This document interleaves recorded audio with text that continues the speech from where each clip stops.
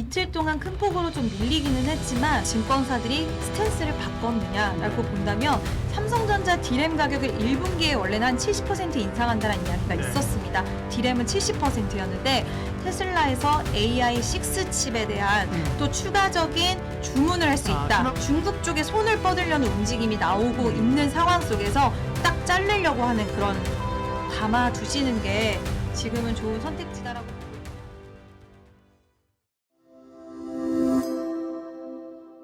네, 이민수의 경제토크 이지싹 이지은 대표님과 반도체를 그러면 어떻게 해야 될 것인가를 이야기를 합니다. 그러니까요, 뭐 흔들려도 기본적으로 일단 뭐 실적이 그죠? 엄청나게 늘어나는 상황들이고 반도체 가격이 올라가는 그런 구조 자체가 중동 정쟁으로 크게 훼손이 안 된다. 그런 어떤 그 본업에 관한 얘기들, 변화들 얘기를 좀 하죠. 네.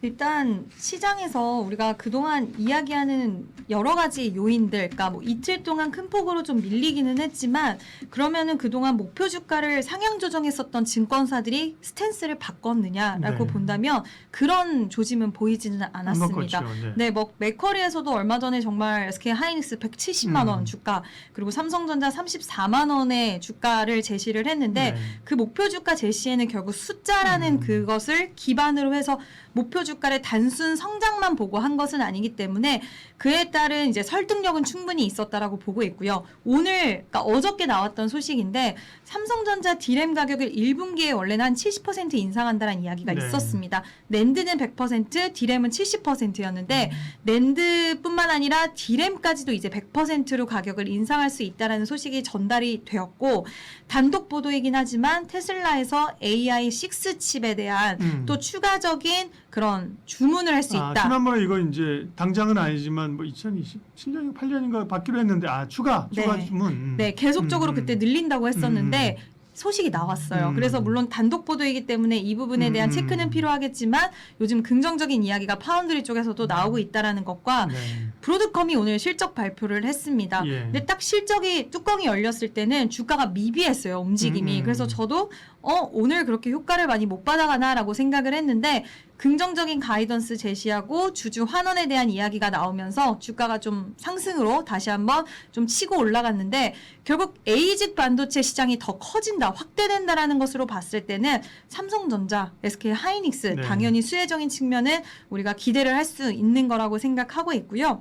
이것뿐만 아니라 이틀 쉬는 동안에도 뭐 대만에서도 그렇고 지금 반도체는 물량이 없어서 못 판다라는 이야기는 계속 나오고 있고 뭐 엔비디아도 중국 수출 쪽에서는 또 제재 이야기가 나오긴 했지만 이미 중국 시장이 실적에 반영되지 않았던 것은 좀 됐습니다. 그러니까 그게 아쉽기는 하지만 시장에서는 더 고부가 가치의 칩이라든지 이쪽으로 초점을 맞춰서 간다라고 한다면 오히려 삼성전자와 SK 하이닉스에게도 좋은 소식은 아닐까. 그래서 저는 충분히 긍정적이라고 생각을 합니다.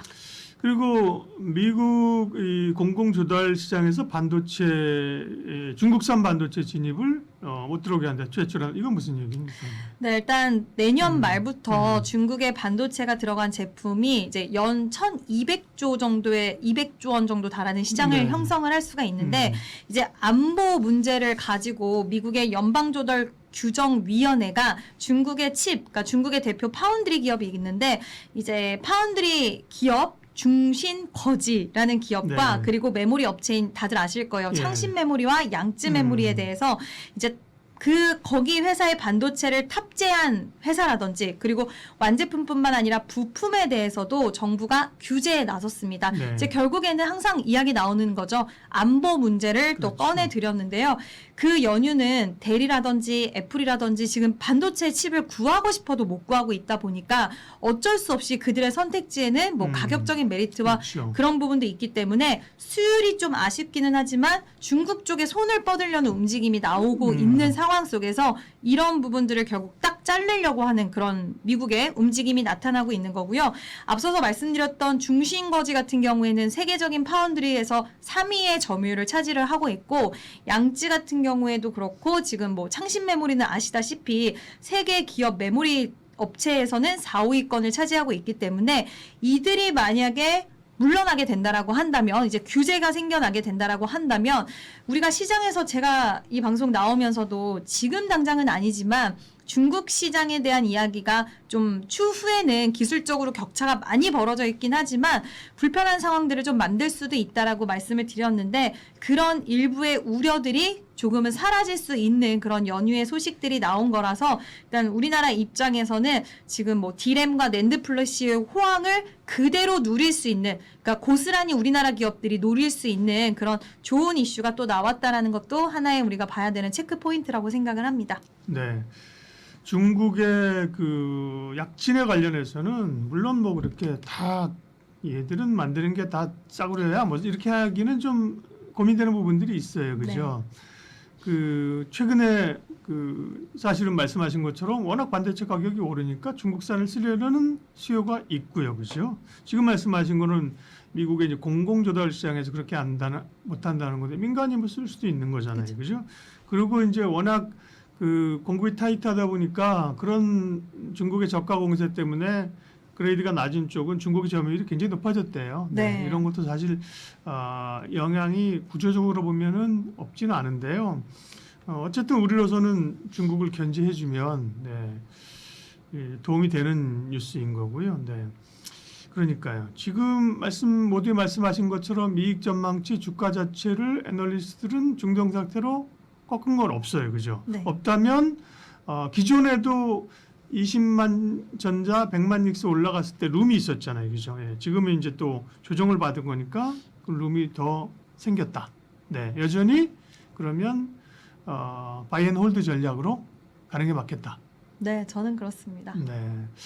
어제 주가 급락할 때 막 그런 얘기 하길래 정말 못 샀던 분들, 사고 싶었던 분들은 사면 되죠. 그러나 쫄리죠. 근데 제가 무슨 얘기냐면 한 2번, 3번 나눠 살 거 생각했으면 한 20번 나눠 사라, 30번 나눠 사라, 그렇죠? 네.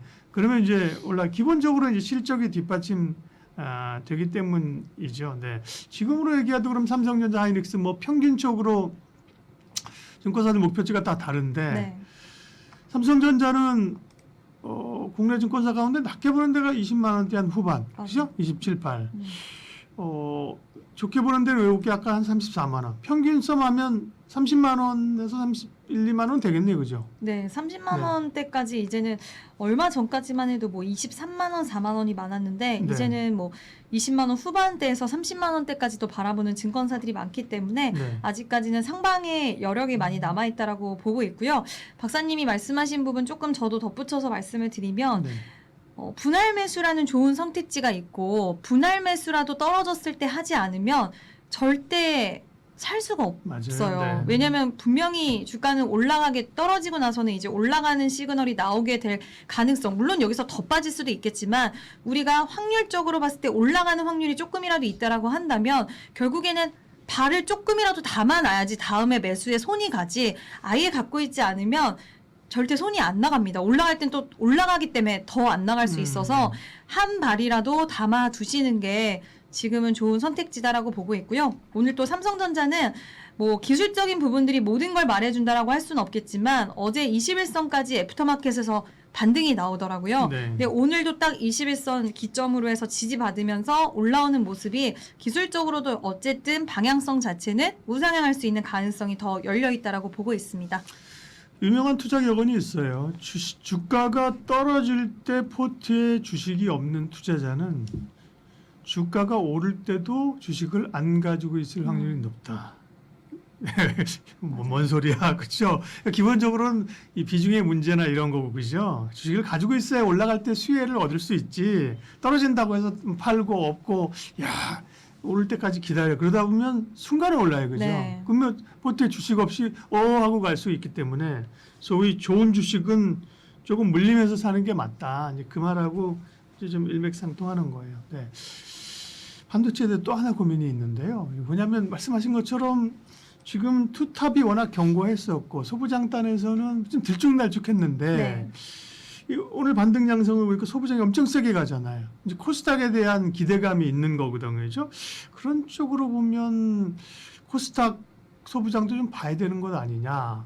저는 종목이 어렵다면 제가 깜짝 놀란 게 삼성전자 살까요? 하이닉스 살까요? 그런 분들은 반도체 ETF 사면 되는데 오늘 맞아요. 같은 경우 반도체 ETF 지수가 3전 한일에서 훨씬 많이 올랐어요. 네. 그만 소부장이 가세했다는 거거든요. 네. 거기 그죠? 네. 그런 걸 사는 전략도 좋고 3월 뭐 10일경에 그 코스닥을 시장으로 겨냥한 액티브 ETF 나온다면서 네. 그죠? 네. 그런 것도 괜찮을 것 같아요. 너무 괜찮죠. 네.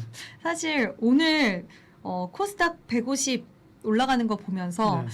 이제 코덱스 상품이랑 뭐 전반적으로 다 막 20% 이상 급등이 나왔어요. 근데 많은 분들이 지금 투자하는 데 있어서 이미 내가 포트폴리오가 어느 정도 찰 만큼 찼다. 현금 비중은 별로 갖고 있지 않은데 시장 분위기 자체가 오늘만 하더라도 코스닥 쪽으로 외국인의 수급이 지금 그러니까요. 5일 연속 강력하게 잡히고 네. 있고 오늘 시가총액 상위 종목들 안에서는 20%가 안 가면 좀 이상할 정도로 강한 시장의 흐름이었는데 코스닥으로 자금을 무조건 이제 와서 다 옮기거나 하나하나씩 새로운 종목을 픽하시는 거는 쉽지 않으실 것 같아요. 그래서 오히려 그럴 때는 방금 말씀하신 것처럼 제한적으로 내가 지금 움직일 수 있는 상황이라고 한다면 코스닥 그 지수 상품을 사시는 것도 좋고요. 아니면 AI 뭐 반도체 관련된 상품 종류가 엄청나게 많거든요. 그래서 저는 ETF 중에서도 도저히 어떤 걸 살지 모르겠어요 하시는 분들은 이제 회사를 보고 사는 것도 중요하지만 왜냐하면 회사에 따라서 유동성이 다르기 때문에 그 거래량을 보고 사야 된다라는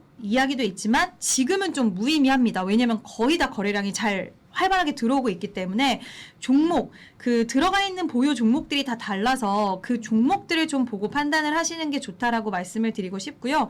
뭐 보통 통상 들어가 있는 종목들은 비슷비슷하긴 그렇죠. 하지만 네. 지금 요즘의 움직임을 보면 오늘 테크윙이라는 종목이 굉장히 시세를 좀 강하게 상한가에 결국에는 좀 마무리되었는데 이것도 좀 포인트로 생각해 보시면 좋을 것 같아요. 기존의 대장주의 역할을 했었는데 수주가 지연이 되고 이연이 됐거나 이런 종목군들 그래서 약간 그런 수주에 대한 실적 모멘텀이 좀 뒤로 미뤄졌던 기업들이 있습니다. 그래서 그런 기업들을 좀 지켜보시면 좋지 않을까라고 생각을 하고 있고요.